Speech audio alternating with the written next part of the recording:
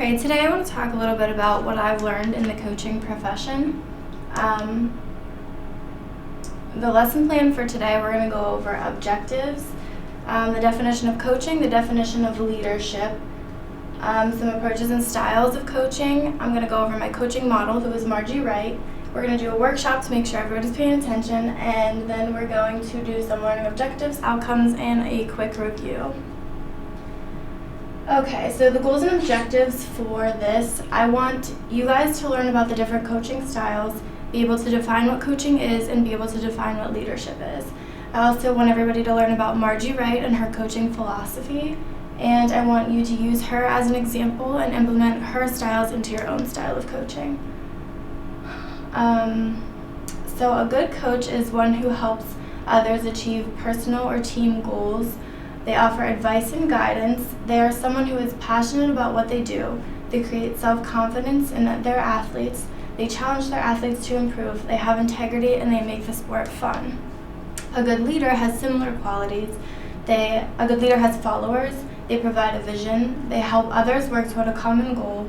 They instill values in others, foster hope in others, motivate people to pursue their goals, and they deliver success.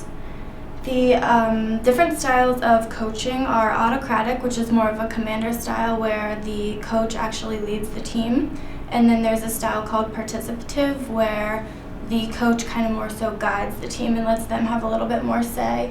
And then there's the laissez-faire, which is more submissive, and the team actually makes a lot of the decisions on their own.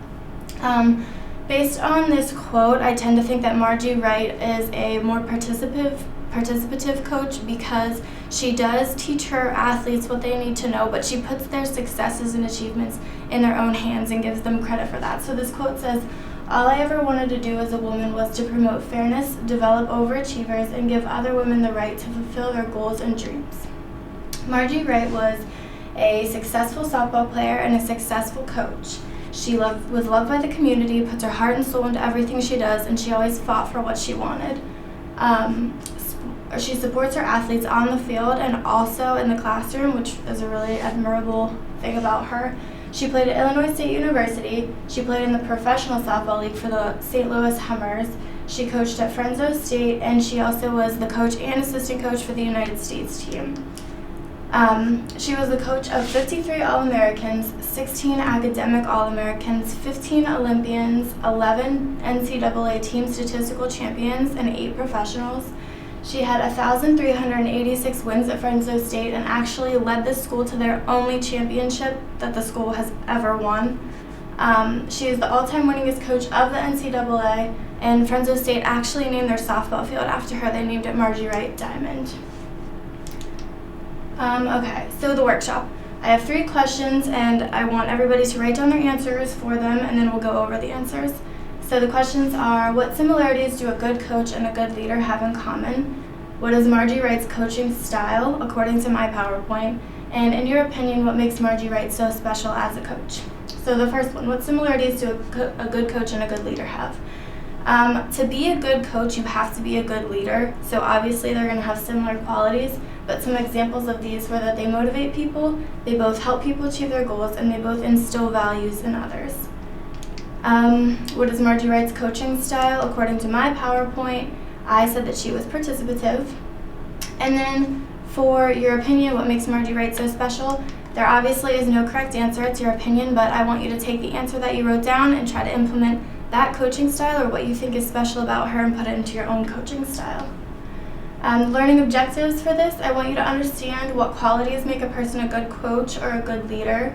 I want you to learn about the different coaching styles, and I want you to learn about Margie Wright herself. And then the outcomes, what I want you to take with you after this presentation, instill and enhance these qualities in yourself so you can be a good coach too. Pick a coaching style that works for you and find your own coaching model. You don't have to use Margie Wright, use somebody that you can admire yourself. So in review, be a good coach by being a good leader. Be passionate, have integrity, help others achieve their goals, help others improve as an athlete and as a person, find a coaching style that works for you, pick your own coaching model to learn from, and have fun and promote fun. Thank you very much. I hope you learned a lot from this, and I hope you take a lot of it with you. And then here are my references.